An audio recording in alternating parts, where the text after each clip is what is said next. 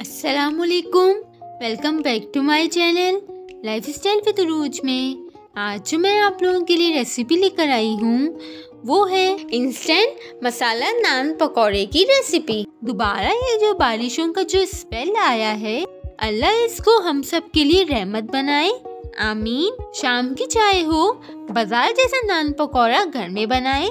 इससे पहले मैंने भी सिंपल नान पकौड़े की रेसिपी अपलोड की है, जिसका लिंक मैं आई बटन में डाल दूंगी। ये मसाला नान पकौड़ा मिनटों में तैयार हो जाता है। चले आए बिना टाइम वेस्ट किए हुए हम अपनी रेसिपी की तरफ बढ़ते हैं। मैंने इसके लिए 3 तंदूरी रोटी ली। इस हिसाब से मैंने बैटर तैयार किया है। मैंने बेसन 1 कप छान कर लिया है। फिर इसमें कलौंजी और अजवाइन, पिंच साबुत धनिया, हाफ टी स्पून जिसको मैंने हल्का हल्का सा क्रश कर लिया था, oil 1 tablespoon, salt half teaspoon या to taste, red chilli flakes half teaspoon, chaat masala 1 teaspoon. मजीद मैंने इसमें बंद गोभी हाफ कप, हरा धनिया चॉप हुआ हुआ, हरी मिर्चें 2 से 3 अदद बारीक कटी हुई और एक छोटी प्याज चॉप हुई हुई, और साथ में मैंने इसमें मलाई चिकन मेरे पास रखी हुई थी, इसको मैंने श्रेडेड करके शामिल कर दिया, वरना आप कीमा भी शामिल कर सकते हैं।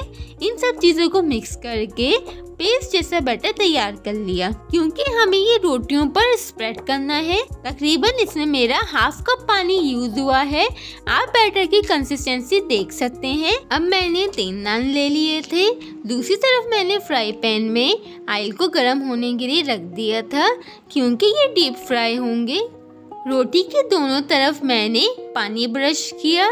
ज़्यादा पानी नहीं लगाना है, वरना छींटें उड़ सकती हैं। और रोटी के एक तरफ मैंने तैयार बैटर स्प्रेड किया। फिर मैंने इसे फ्राई होने के लिए डाल दिया। बैटर वाली साइड को पहले नीचे डाला ताकि सही तरह से फ्राई हो जाए। इस स्टेज पर आप अपने हाथों का ख्याल रखिएगा और बहुत देखभाल कर डालिएगा। फिर मैंने दोनों साइड से अच्छी तरह फ्राई कर लिया और निकाल कर इसको स्ट्रेनर पे रख दिया। इसी तरह से मैंने सारे नान तैयार कर लिए थे। फिर इसके पीसेस करके केचप के साथ और गर्मा गर्म चाय के साथ सर्व करें। अगर इसे अच्छी तरह फ्राई करेंगे और सही टेम्परेचर पे करेंगे तो ये ऑयली बिल्कुल भी नहीं होंगे और बहुत ही मज़े के लगते हैं। और अगर आपको मेरी रेसिपी पसंद आई हो तो मेरे चैनल को लाइक, शेयर, सब्सक्राइब और कमेंट करना मत भूलिएगा। और कमेंट में मुझे ज़रूर बताइएगा कि आपको मेरी रेसिपी कैसी लगी। और अपना बहुत सा ख्याल रखिएगा, दुआ में याद रखिएगा। फिर मिलते हैं एक और नई रेसिपी के साथ। जब तक के लिए अल्लाह हाफिज़।